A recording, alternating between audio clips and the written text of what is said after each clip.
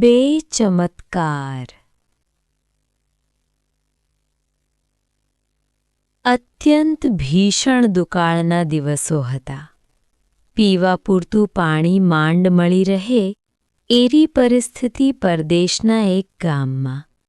એ વખતે દરેકનો જીવ પડીકે બાંધેલો.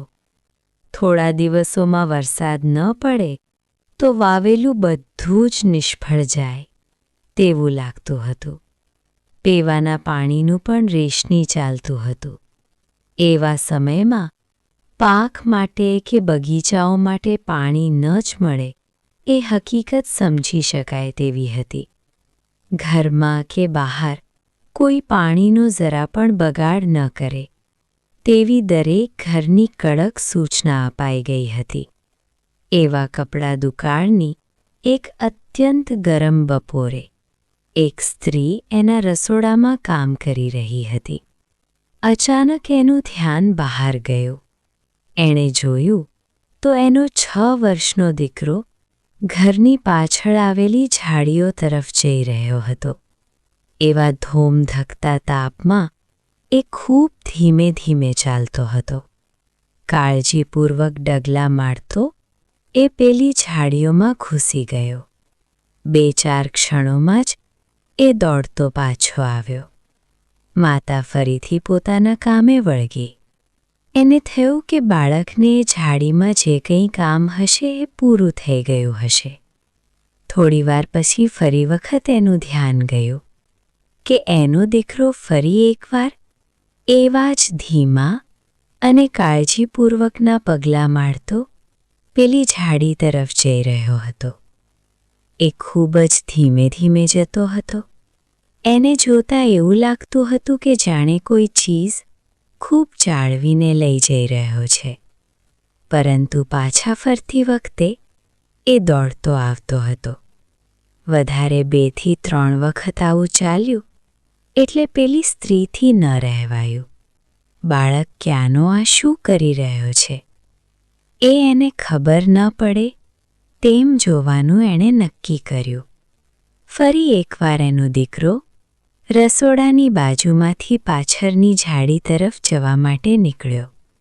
ત્યારે માતાએ ચૂપચાપ એની પાછળ જવાનું શરૂ કર્યું. એણે જોયું તો બાળક એના નાનકડા ખોબામાં સમાય તેટલું પાણી લઈને હળવે હળવે ચાલી રહ્યો હતો. પાણીનું એક ટીપું પણ ન ઢોળાય એવી તકેદારી સાથે ચાલતો હતો. એ ઝાડીમાં ઘૂસ્યો. માતા પણ તેની પાછળ ગઈ. માતાએ જોયું તો મોટા શિંગડાવાળા લગભગ 10 હરણનું ટોળું ત્યાં ઊભું હતો. એને બીક લાગી કે આટલા મોટા હરણ એના દીકરાને ક્યાંક મારી ન દે.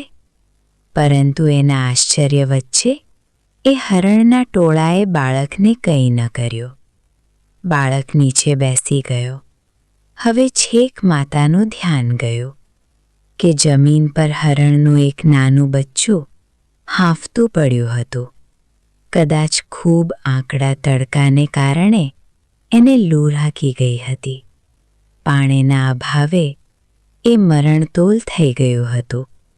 જેવો આ બાળક નીચે બેઠો કે તરત જ એ બચ્ચાએ મોઢું ઊંચું કર્યું.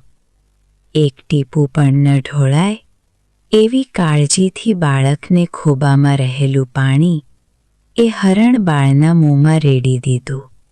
પછી ઘરે તરફ પાછો ભાગ્યો. હજુ એને સંતાયેલી માતાની હાજરીનો ખ્યાલ ન હતો આવ્યો. માતા ચૂપચાપ એની પાછળ આવી. એણે જોયું તો ઘરની પાછળ પાણીનો સંગ્રહ કરવા માટેનું કોઠીના નળમાંથી ટપકતું પાણી ટીપે ટીપે એ બાળક પોતાની હથેળીમાં ઝીલતો હતો.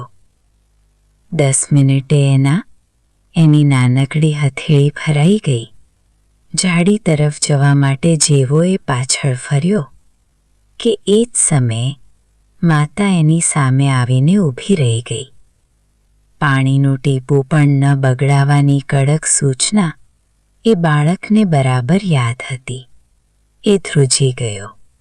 એની આંખમાં અપરાધ ભાવ અને સાથે સાથે જળજળિયા આવી ગયા.